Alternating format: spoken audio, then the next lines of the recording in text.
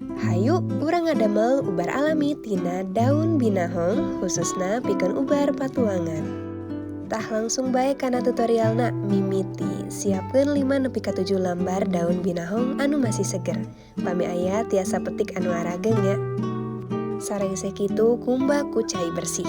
Pastikeun daunna nepi ka bersih.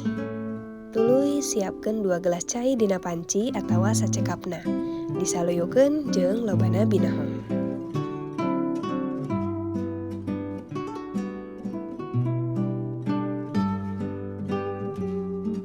Asupkeun daun binahong tadi kana cai, tuluy kulup nepi ka ngagolak caina. Antepkeun heula sakitar 10 menit ka 15 menitan sangkan sari tina daunna kaluar. Sarengse eta saring caina tungguan nepi ka rada tiis pikeun diinumna. Tah cai binahong pikeun ubar patuangan teh parantos rengse, tiasa bae langsung diinum.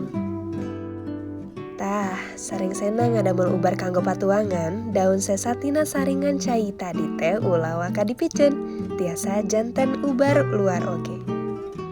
Daun sesaan kuluban tadi tiasa langsung bae digerus ku sendok atawa nepi ka halus eta daun. Tuluy langsung tapelkeun kana bagean anu raheut.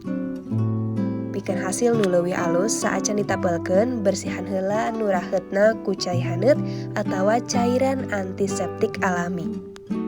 Daun binahong miboga zat antibakteri jeung anti radang anu bisa mantuan proses garingna raheut sarta nyegah infeksi.